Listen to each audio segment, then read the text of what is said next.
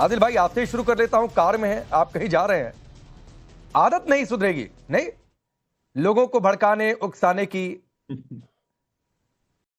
नहीं सर, आपकी मोहब्बत में कार रोक कर आपसे राब्ता कर रहे हैं। अब इससे ज्यादा आप क्या आदत चाहते हैं? आपकी मोहब्बत में राजीव भाई के आदेश पर आपके सामने हाजिर है, गाड़ी रोक कर, खाना भी नहीं खाए, आपके सामने हाजिर है बड़े भाई।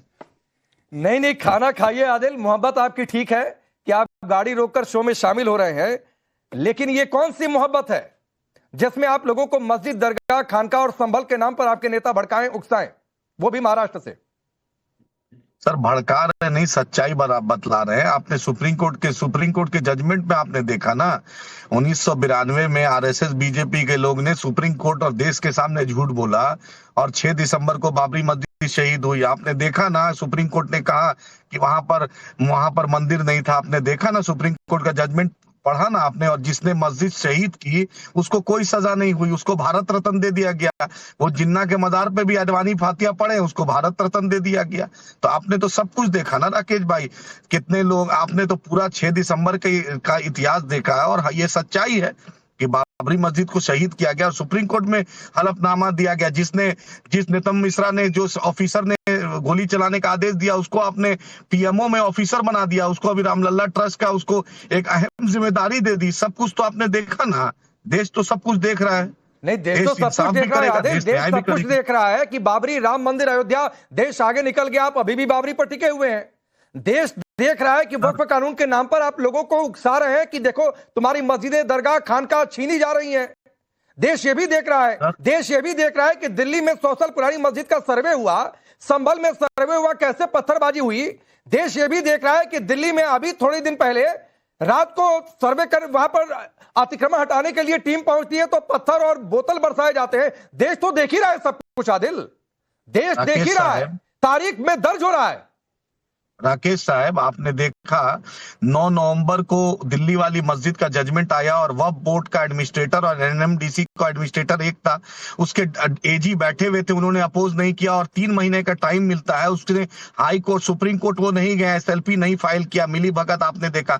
आपने देखा कि प्रधानमंत्री को सुबह शाम, अभी आपने देखा प्रधानमंत्री कहाँ गए थे और क्या बात किया था। आपको देखा भाजपा वाले गोबर पर रिसर्च पे कितना 100 करोड़ रुपया खर्च कर दिया। आपने देखा कि इंदौर में 22-23 बच्चे मर गए, लोग मर गए, उस पर प्रधानमंत्री नहीं बोले। आपने देखा कि दिल्ली का एक्यू क्या लेवल है, देखा आपने देखा कि पाकिस्तान के साथ जो प्रधानमंत्री का जो गलबैया, आपने देखा नवाज शरीफ के बिरयानी खाने गए, और आपने देखा कि बांग्लादेश को भारत सरकार ने पैसा दिया और शेख हसीना को। सब देख ही तो रहे हैं कि जो सवाल आपसे पूछा उस सवाल के इर्द गिर्द इधर उधर पत्थर कौन बरसाया नहीं बोलेंगे, बाबरी पर अभी भी उकसाते रहेंगे। तो शिवम त्यागी देख ही तो रहे हैं, मैं आऊंगा आदिल भाई, शिवम त्यागी देख ही तो रहे हैं और देखने का ही काम कर रहे हैं। इसके अलावा देश की जनता कर क्या रही है?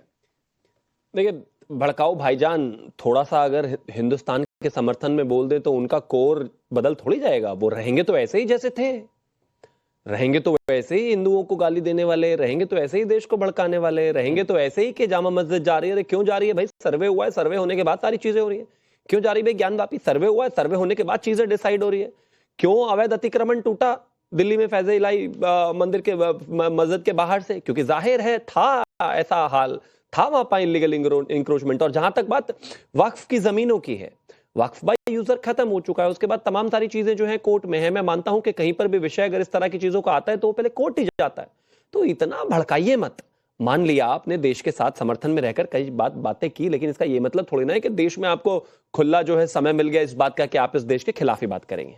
आदिल, शिवम कह रहे हैं आप इम्यूनिटी चाहते हैं। सर, मेरा तो कहना है कि इतिहासकार डॉक्टर रुचिका शर्मा को ले आते ना, पॉलिटिकल एनालिसिस पहले सब बता देती। आपको इतिहासकार भी रुचिका शर्मा ही चाहिए? इतिहासकार भी कोई ऐसा नहीं मिला जो ओवैसी जी अपनी तरफ से पेश कर दे? गजब बात हो गई। अरे बोलने दी भाई, शिवम त्यागी, मैं बीच में नहीं बोलता हूँ। अच्छा, मुझे बोलने दिया। आप बीच में जोड़ा, आप हर जगह बोलते हो। हाँ, मैं आपके बीच में नहीं बोलता हूँ, इसलिए मैं बोलना। लेकिन मुझे अल्लाह ने बहुत जुबान दी है, मैं बोलना बहुत अच्छा जानता हूँ। अच्छा, याद रखिएगा शिवम, ये अपने मुंह मियां मिट्टू बनने की तारीफ कब से सीखी? मैं जान लीजिए, मैं बहुत अच्छा जानता हूँ। मैं बोलता हूँ, अपने मुंह मियां मिट्टू कब बनना शुरू किया?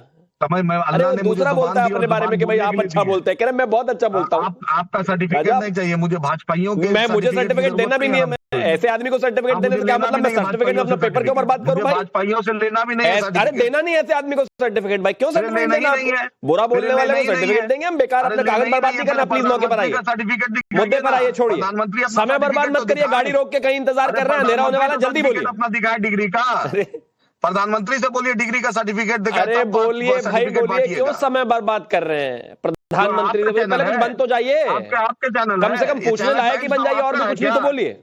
ये आपका चैनल है क्या? जो आपको चैनल नहीं है, हर राष्ट्रवादी का चैनल है, हर राष्ट्रवादी का शो है, क्योंकि आपको अल्लाह ने जुबान दी, आप अल्लाह को मानते हैं, यहाँ भगवान को शिवम मानते हैं, भगवान ने इनको जुबान दिया, ये कोई डिबेट का विषय थोड़े नहीं है। आदिल भाई आइए, सुनिए सर, सुनिए, आप भी कानून के जानकार हैं और आपके पार्टी के मुखिया भी कानून के जानकार हैं, लेकिन वक्फ कानून बनने के बाद संभल, ये पहले भी वो बोल चुके हैं, जबकि भाई ये सरकार के पास मस्जिद का मालिकाना हक है, कहां से वक्फ आ गया सरकार की जमीन पर? अब महाराष्ट्र के चुनाव में आप बतिया रहे हैं, महाराष्ट्र के चुनाव में जाकर संभल का जिक्र कर रहे हैं। क्या करे, क्या मतलब महाराष्ट्र में चुनाव जाकर संभल में ज्यादती हुई, 5 बेगुनाह लोग को मार दिया गया, तो इतना भी नहीं बोले, तो बताए महाराष्ट्र के नहीं पहले तो कौन बेगुनाह था नहीं था वो छोड़ दीजिए, महाराष्ट्र के चुनाव में क्या जरूरत थी संभल का जिक्र छेड़ने की, मुझे ये समझा दीजिएगा। अब सर राकेश भाई अपनी आने वाली नस्लों को बताकर इंशाल्लाह जाएंगे कि बाबरी मस्जिद को शहीद किया गया और आप तुम्हारे बता साथ नहीं रहे, भड़का रहे हैं आदिल, आप उकसा रहे हैं। नहीं, ये बतला रहे हैं, ये बतला रहे हैं। आपने कल देखा, कल आपने राकेश भाई देखा, राज ठाकरे ने अदानी 2014 से पहले, अब आप राज ठाकरे पर चले जाएंगे, राज ठाकरे टॉपिक है कि किस तरीके से लूट हो रही है, आपने देखा कि नहीं? अब आप राज ठाकरे पर चले जाएंगे, देखा ना एम्पायर को किस तरीके से देश का राज ठाकरे पर आप चले जाएंगे। अब प्रधानमंत्री सेल्समैन बने हुए हैं, आपने देखा ना राकेश साहब, इंदौर पे नहीं बोले, अंकिता भंडारी पर नहीं बोले फिर आप अंकिता भंडारी पर चले जाएंगे, क्यों नहीं? अंकिता भंडारी देश की बेटी नहीं है, उसके साथ इंसाफ नहीं होना चाहिए? उसके साथ भाजपा के टॉप लीडर का नाम उसके किलिंग में, ब्रूटल किलिंग में आया, उसके रेप में आया, उसके सब कुछ में नहीं बोलेंगे क्या? शॉर्ट रिप्लाई, फिर मैं करण वर्मा आपके पास आ रहा हूं।